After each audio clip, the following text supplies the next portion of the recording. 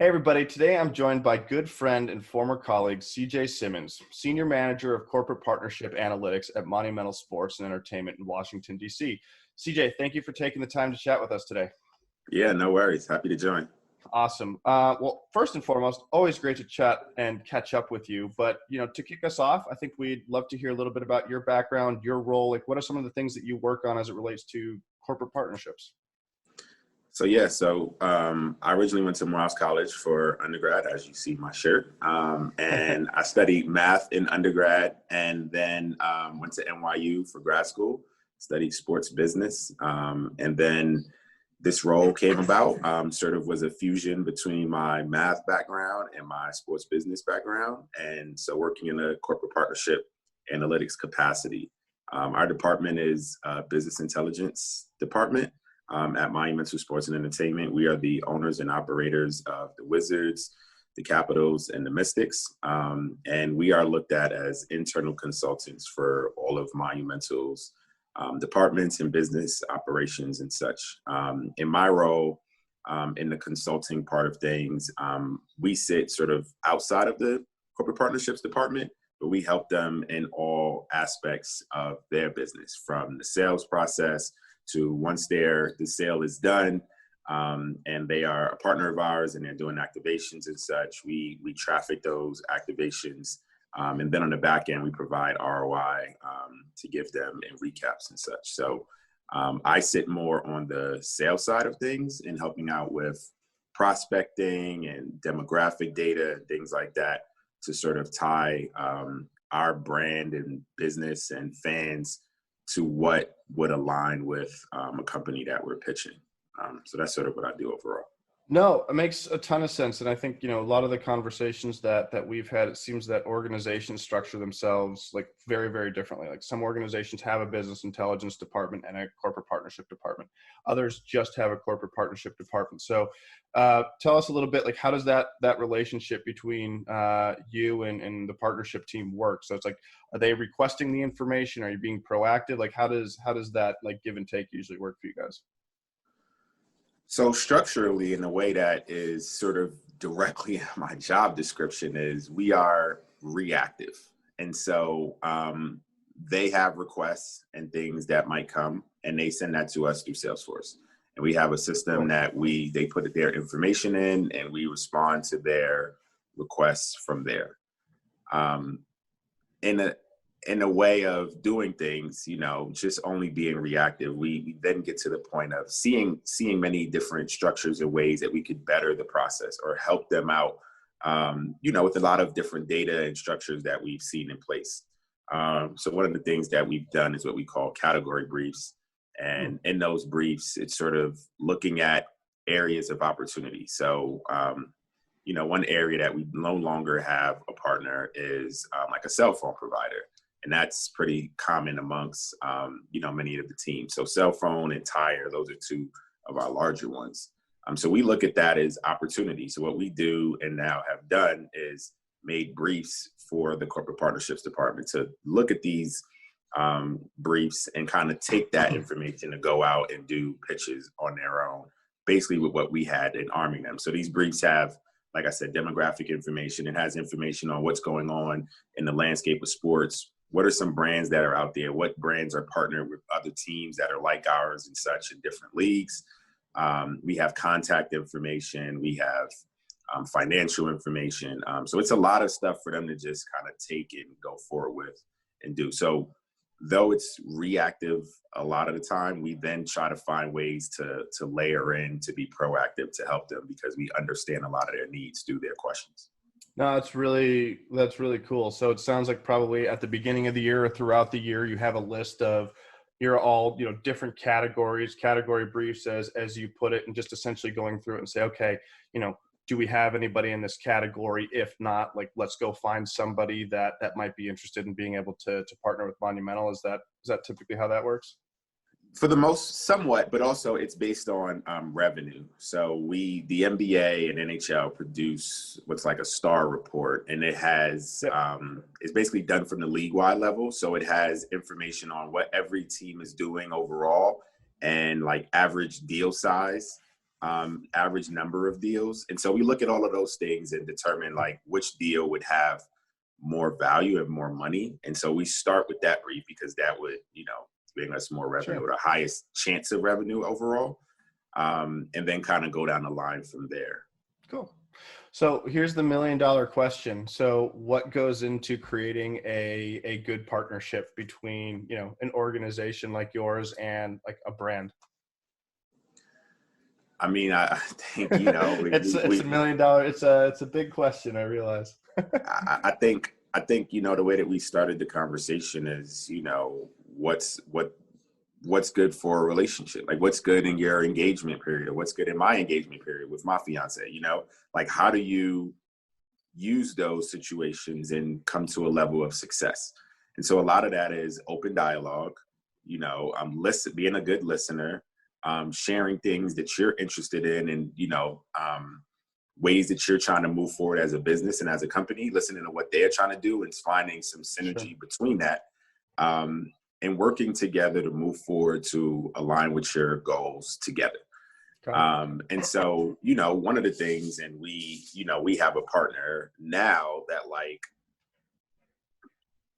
COVID hit, and obviously that changed a lot of structure for everything. If you look at Under Armour, and I forgot what team they were a part of, some team in California, I forget who they were, but they severed their deal because of COVID and not, potentially not any games and things like that. And they just severed it. And they were a large partner. One of our large partners as well, like we don't want them to just walk out on us. This is something that we don't have control over. So a conversation happened of like, hey, we're paying you X amount of dollars, but we're not getting the people there and all of these things. Can we talk about a way to restructure our deal to sort of, work better for both of us? And we did that. That's a conversation that happened, and it was something that we both understand. But like, we know that they don't want to just walk out on us and leave us, but they know that we also, the revenue is important to us as well. So trying to find ways to be flexible throughout this time. This is a pandemic, so no one's even thinking about something like this, but that's just in a larger sense. There's many different ways that you would structure, but you always want to be a good listener and understand what they need and what they're looking for and trying to help them get to that goal.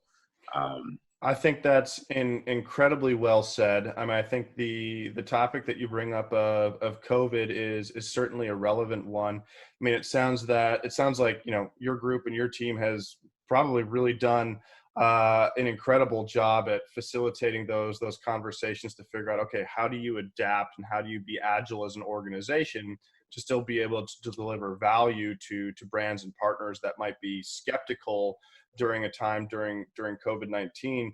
It sounds like you guys are doing a nice job of it, but what other thoughts in terms of, or advice that you might give other organizations or teams that are struggling with their partnerships? Like, how do you build the agility and ability to work with your partners when terrible things like COVID-19 hit? Well, I mean, initially you try to build your relationship over time, right? And so the better you get a chance to know someone and the more that you're connected, then there's a better understanding of fluctuations and change over time. But you also want to make sure you're doing them right throughout that time. This is a regular relationship. Someone birthdays comes and you don't tell them happy birthday, and you're in a relationship with this person, or your anniversary comes and you don't do anything. Like, it's just common sense things like that you have to do along the way, amongst many other things. But so you're building a relationship, so you're building that understanding. For someone that is not, you might not have that long-term relationship with, a newer partner, you would hope that you're building that from the jump. You're being honest, you're being upfront, you're sharing different things in areas that might be affecting your business negatively, but showing, hey, this might be happening, but we could maybe put you on this type of platform or put you on social to get, if someone wanted, let's say, we have a partner that we have on the ice, and they're a government contractor. And when they first started, their biggest thing was they wanted to get more exposure because a lot of people didn't know about them. Their name wasn't recognizable. And being on the ice for a Capitals game, you see it, it's a static sign, it gets a lot of impressions. Sure. Let's say that situation was happening now. We're not having games, at home and they're in the bubble and things like that. One of the things we can say is, look, we can put you on social and we can give you a lot more, high value posts and things like that. So you're not getting it on the ice or things like that, but because it's on social, it's still giving a similar value. And we might use that as a bridge to still keep your goal, still understanding your goal, but that might be a bridge between that COVID and moving forward and still aligning. So it's trying to get the understanding and trying to get the conversations going. But it's also just being as flexible as possible. And, and that's just not to say that that's in a, utopian type of mentality. And that doesn't always work. Sometimes people say, no, I don't want that. I want exactly what I ordered, I guess, and you try and you have the conversation, but not all the times it works. It's how any relationship or friendship or anything is. And there's rocky times and sometimes you get through them and sometimes you don't, but you do the best that you can.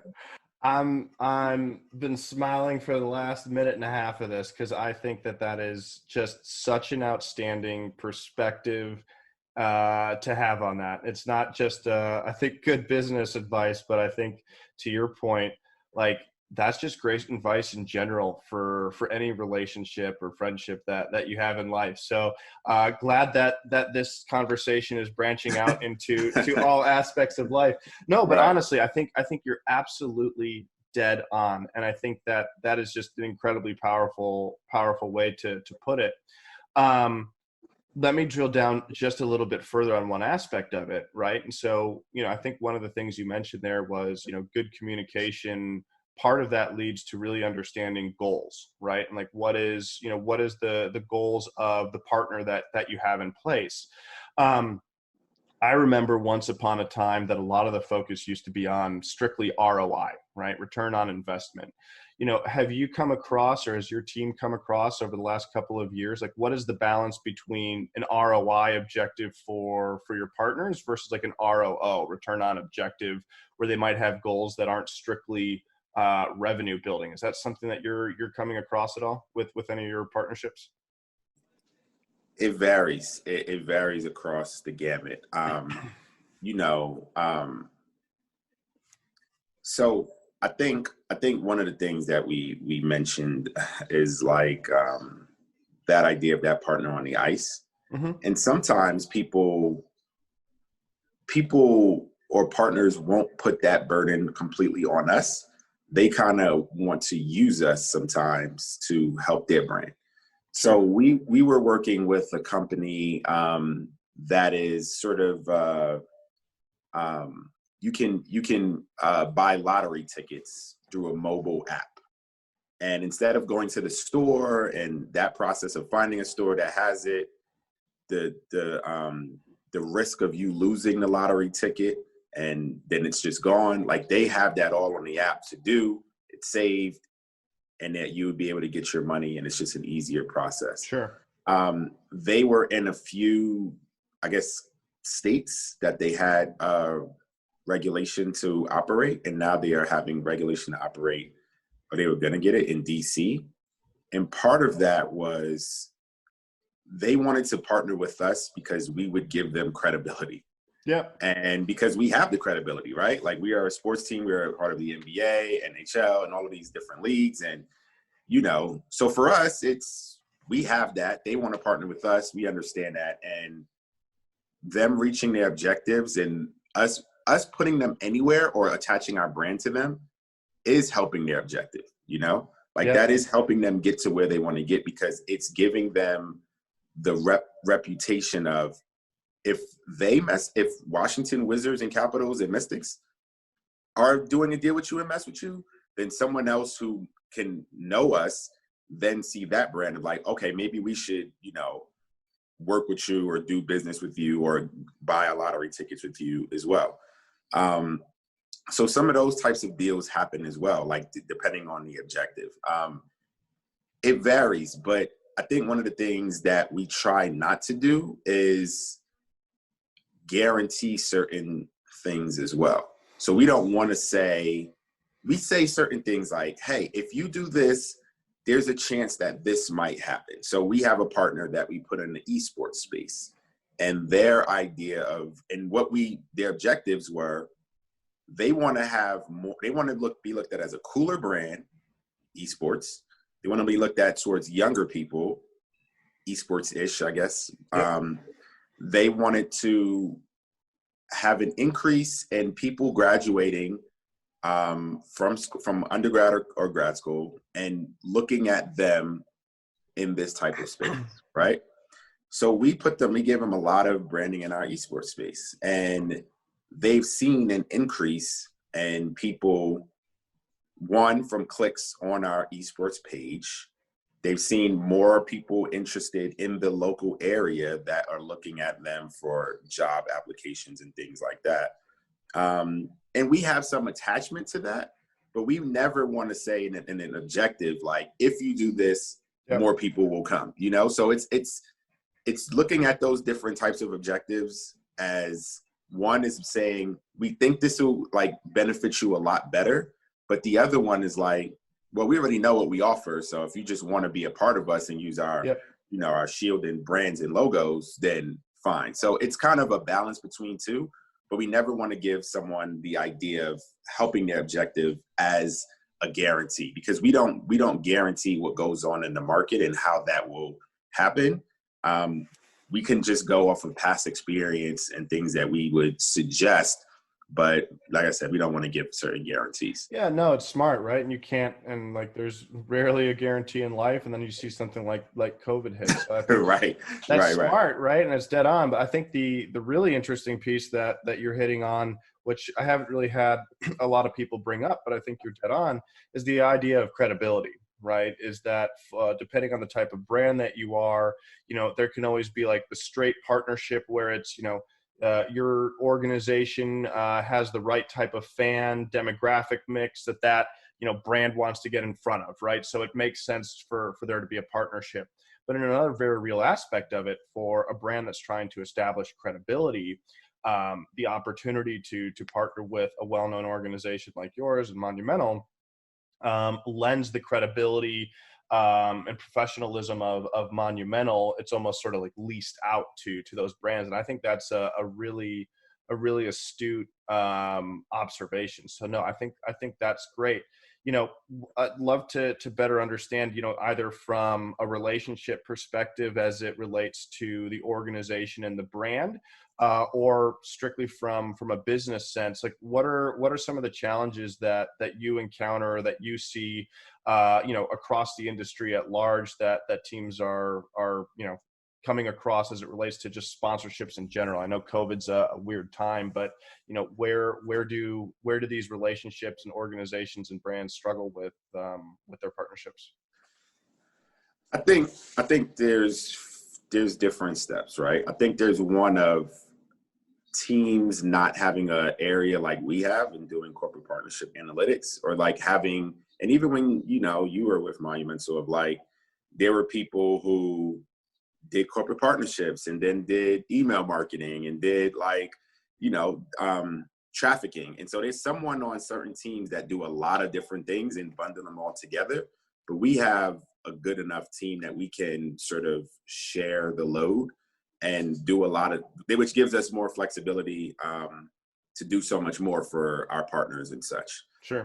So I think some teams just don't have that bandwidth at this point in time to do as much as we do. So I think learning and growing and building that part of the team out, but also that gives them a lot of data and details that they might not have, which will help, you know, get deals done, and also just provide, because a lot of people want to see data now. It's not just put my logo here and I just want to be associated. I mean, I gave that example, but that was specific. But back in the day, a lot of people just wanted slap a logo somewhere, Yep. and that was all corporate partnerships was about. It's a lot more involved now.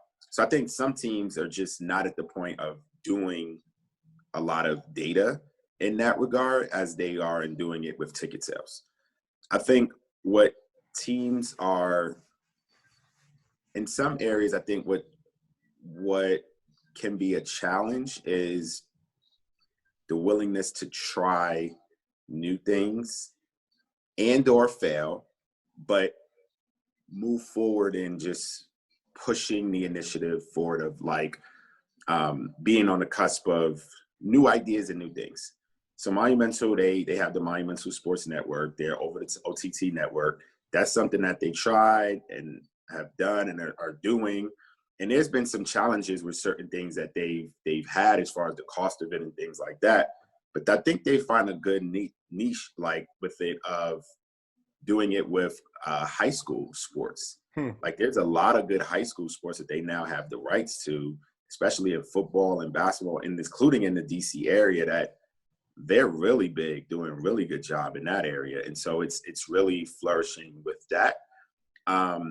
And so that's something that they did. We did, when you were there, we did a lot of stuff with virtual reality. Like that was on the cutting edge of technology and stuff. And that didn't really fully take off as where we thought it would, but we had something on the concourse that people could put on headsets and see, you know, the players, or, you know, do be as a goalie of virtual reality. Like that was cool type of stuff. And we tried it and we wanted to see what that was like.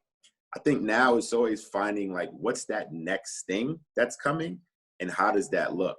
And so, you know, we are big in the esports space with Team Liquid and having, you know, some ownership there, but, you know, having esports teams as well. And our Wizards District Gaming, our esports NBA team, are the reigning champions. We won this year. So like that's something positive. And especially thinking of esports and the time of COVID, I mean, it's sort of, you know, unaffected, or actually it's affected positively affected rather. You know, so that's always something good. But I think the next big thing that's coming, I think it's esports, and I think it's sports betting. And I think sports betting is here-ish. I mean, you have DraftKings and FanDuel and things like that, but like, I mean, like the casino, you know, betting on lines and things like that, like that's part of sports betting is coming, and it's coming fast. And so for us, you know, we've signed William Hill to be our sports betting partner. They are opening up a sports book inside of the arena. We are the first U.S. arena to have a sports book. Well, we don't, it's not open yet, but say it again. So cool. Yeah. So having a sports book, yeah, it'll be pretty cool. But I mean, even now they turned the box office area into a place that people can walk in and place bets. And the lines are ridiculous. I mean, during COVID, people were not down near the arena for work, way less people, but the lines are crazy. I could only imagine what it would be like in a regular year.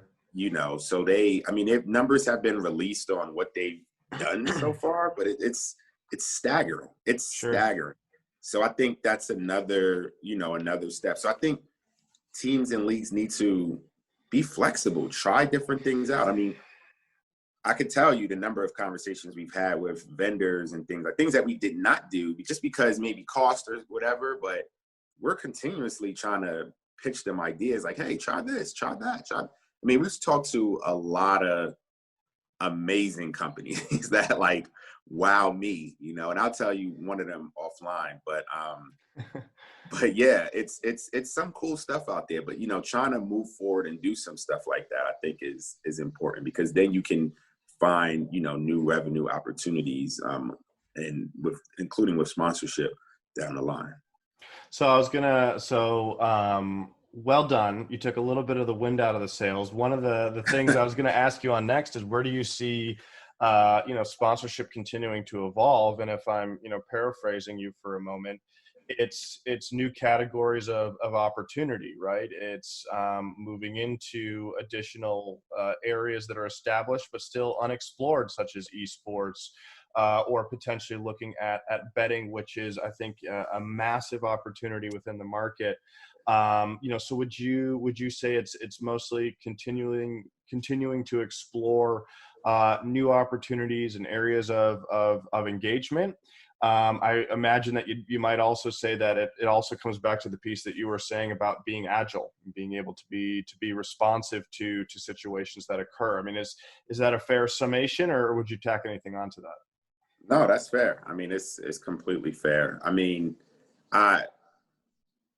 I mean, there's always, I would also say, and this is difficult for, certain places, right? So like, I think location matters a lot, right? And I think you are able to get more opportunities depending on where you live. So I know in Vegas, I don't know what casino or hotel it is, but they have this large outdoor area for like people to sit out there and kind of be in a pool, but also there's screens for like the games, Sure. people place bets and things like that. And it's just like, wow, that's so cool. But Vegas has the space, it's the type of lifestyle, it's that type of opportunity to do that. I mean, you Cool. look at places like even in Jacksonville, and they having, I think their stadium, they have like cabanas and pools and things like that. Like that's just so cool. Like they can do things like that at their stadium. They have warm weather, certain things like that. So what things can be done to change up, what you have and kind of using your situation? DC is generally known as one or two fittest city in America. Generally, it falls on Minneapolis. They've had it more times than DC, but some years DC has gotten number one. That's why you see Fitbit is part of the jersey patch for the Timberwolves, because of them being the fittest, coined as the fittest city. So certain things like that, like looking at what your city has and can offer, is hugely important, and trying to change that up. So what we did, and this is something that teams can do as well, is renovations. We renovated our entire arena and concourse. We removed all the dioramas and now have digital screens around the concourse. And that gives added revenue. Now we can change things a lot faster. We could have more partners there, and that's giving us more revenue. So there's even smaller things that can be done, including just updating what you have, in your stadium or arena. Though it's a lot of money on the front end, but like on the back end, it can be truly profitable as well. Well, I will close by saying that, certainly before I worked there, when I was at Monumental, and since I have left Monumental, is certainly an organization that I have always looked up to. I think is incredibly innovative and forward thinking. But I will bring it back down to earth, saying that an organization like that can only be as innovative and successful as the people that it has. So I would say kudos to you on having, I think, an incredible positioning and idea on like what goes into success. So it comes as no shock and surprise that a lot of their success comes from people like yourself. So first and foremost, it's always wonderful catching up. Always appreciate the time, but just wanted to say thank you for taking the time to chat with me today. I think it's really genuinely incredible to hear about all these things, and comes as no surprise that you've experienced a lot of success. So just wanted to say thanks again, and certainly appreciate all the time today. Well, yeah, thanks for the kind words, and, especially coming from you. And, thank you for this opportunity. I'm happy to help anytime, anything you need. And, I enjoyed it.